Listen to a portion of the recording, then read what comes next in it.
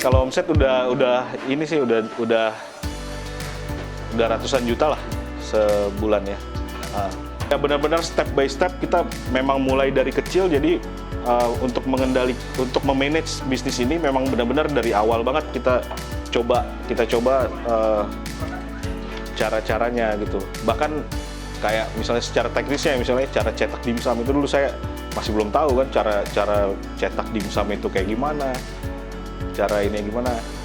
Akhirnya kita belajar dan kemudian makin disempurnakan lagi nih setelah teman-teman ini ada, mereka udah ada yang udah pengalaman, ya kita belajar juga dari mereka gitu.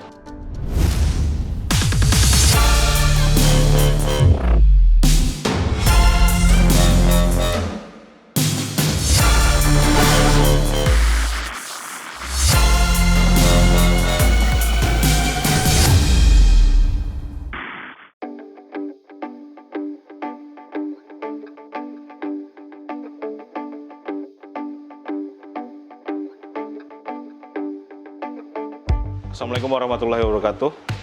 Nama saya Teguh, owner dari pabrik dimsum.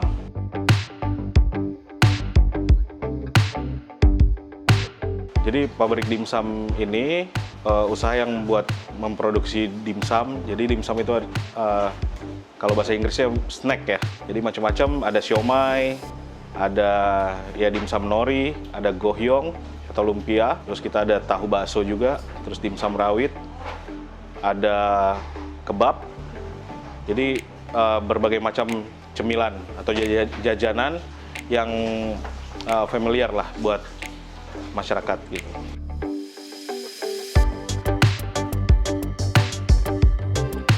Awalnya dulu saya kerja, terus yang memutuskan berhenti dari pekerjaan saya yang lama. Kemudian kita masih belum tahu tuh mau jualan apa, mau ngapain, mau usaha apa. Memang kepikirannya usaha dan tidak kembali lagi buat bekerja. Jadi ya pas itu kita justru awalnya jualan Thai tea dari bazar ke bazar. Kemudian dari jualan Thai tea itu karena minuman kan, kita carilah teh ini pasangannya apa nih makanannya. Akhirnya kita mutusin buat kita bikin dimsum, kita coba. Ya walaupun awalnya itu mungkin nggak se-smooth yang kita pikirin gitu. Jadi bikin dimsum itu kita bahkan belum tahu nih cara bikin dimsum itu kayak gimana, bahan-bahan yang digunakan itu apa. Jadi sama sekali belum tahu gitu. Tapi tetap kita jalanin, kita coba-coba terus dari resep-resepnya. Akhirnya ketemulah formula seperti yang sekarang gitu.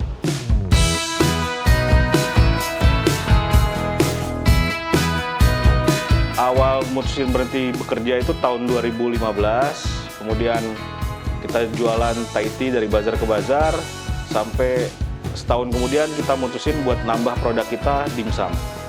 Dulu awalnya waktu usaha dimsum ini justru kita malah, jadi kita bikin dimsum, itu kita jual sendiri. Metode penjualannya itu dengan kita jual dari booth ke booth, atau kita jual dari bazar ke bazar, jadi pindah tempatnya nomaden. Bahkan kadang ada bazar-bazar dadakan juga, misalnya hari Minggu ada bazar ada tempat-tempat keramaian ya kita jualan di sana, ya di tenda, kadang panas-panasan juga gitu.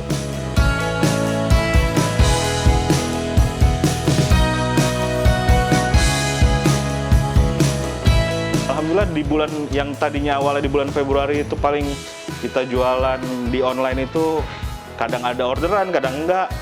Setelah pandemi justru malah itu naik sampai 1000%. Dan akhirnya justru malah semua karyawan kita yang di kedai itu, yang tadinya bukan produksi, jadi buat ngelayanin customer, justru malah kita tarik semua jadi produksi.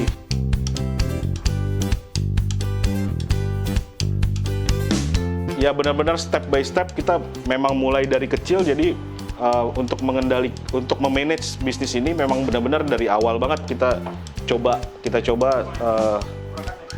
cara-caranya gitu.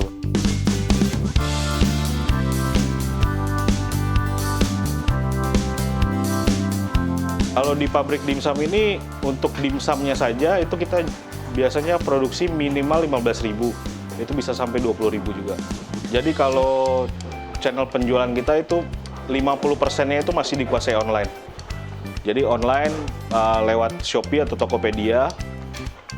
dan kemudian kita juga ada sistem stokis. Stokis ini mitra kita, jadi distributor tapi pihak ketiga, jadi mitra kita yang kerja sama-sama kita.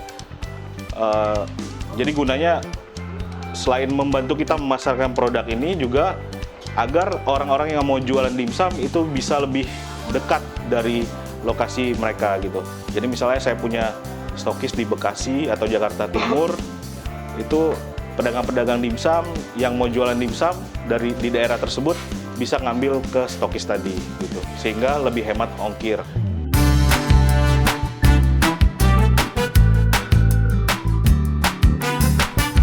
Perputaran makanan itu cepat, jadi cash to cash-nya itu cepat. Yang kedua, makanan ini kebutuhan sehari-hari manusia gitu. Jadi demand-nya ada. Tinggal gimana kita menyesuaikan dengan apa sih yang dibutuhkan oleh customer itu. Jadi yang mereka mau, misal kita jualan dimsum ini mereka maunya seperti apa. Terus ada masalah-masalah apa dengan dimsum yang sudah ada misalnya. Nah itulah yang kita, dari sisi pragmatisnya, itu yang kita pecahkan gitu. Kita coba ini kan. Terus kemudian waktu kita jualan online, mungkin banyak nih yang jualan, tapi chat lambat, nggak responsif gitu loh. Nah, kalau di pabrik dimsum, kita usahakan jadi chat itu responsif, jadi cepat kita jawab, sehingga customer itu nggak sempat lari kemana-mana gitu. Ya, betul.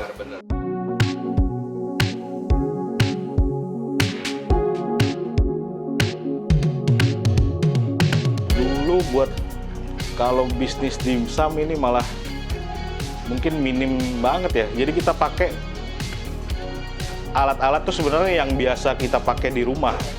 Jadi kayak malah dulu awalnya buat ngukus dimsum itu dandangnya itu ya biasa buat ngukus nasi, ya peralatan-peralatan rumah tangga itu. Jadi kalau dibilang modal awalnya kalau dari peralatan mungkin yang ada aja. Jadi peralatan yang ada aja, mungkin dari sisi bahan kali ya. Dari ayam, saya ingat dulu pertama kali itu kita modalnya 10 kilo, malah 10 kilo ayam. Jadi 10 kilo ayam ya mungkin kalau dikali 35.000 sekarang ya 350.000 lah gitu. Kemudian buat kulit pangsit ya mungkin sekitar 500 ribuan dulu kita mulai awal. Untuk distribusinya kita stokis itu sudah ada 18 stokis sampai saat ini.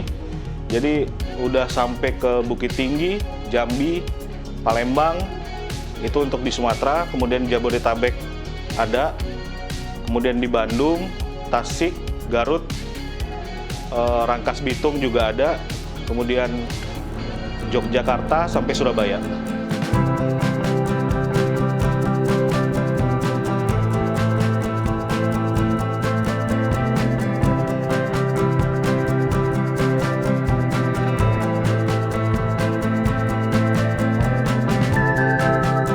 Dicetak sama admin, nanti diteruskan ke bagian produksi. Ini mulai cetak dimsumnya, kemudian di packing seperti ini, nanti dikirimkan, nanti Gojeknya datang.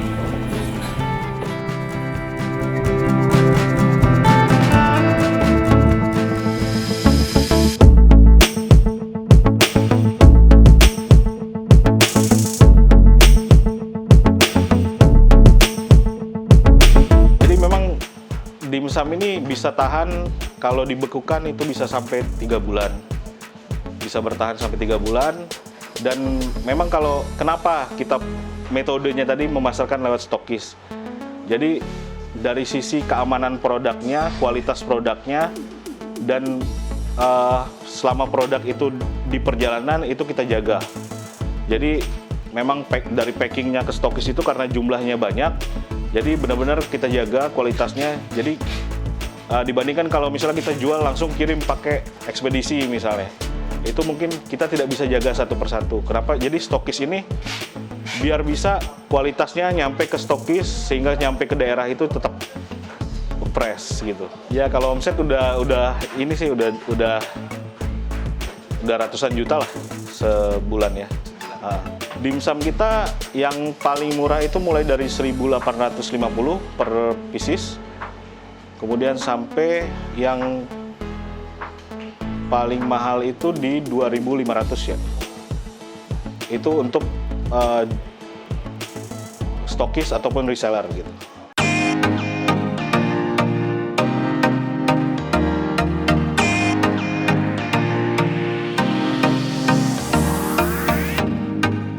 Untuk pemesanan pabrik dimsum itu bisa hubungi WA 0822 999 500 59. Kemudian kalau mau langsung di online, Tokopedia-nya itu Pabrik Dimsum Pusat, Shopee-nya pabrik.dimsum.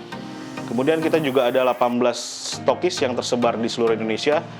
Jadi bisa hubungi stokis terdekat biar lebih hemat ongkir.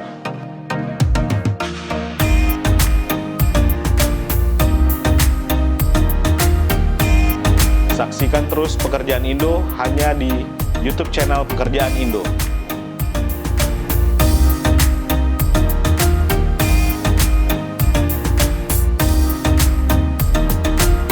Kalau untuk warna fashion kan emang agak cepet luntur ya. Paling bertahannya tergantung dari jenis rambut dan perawatan tiap orang di rumah. Biasanya sih sekitar 1 bulanan kalau untuk warna seperti ini. Kalau misalkan bisa jaganya bisa sekitar 2 bulanan. Cuma emang setiap peramas pasti dia semakin pudar.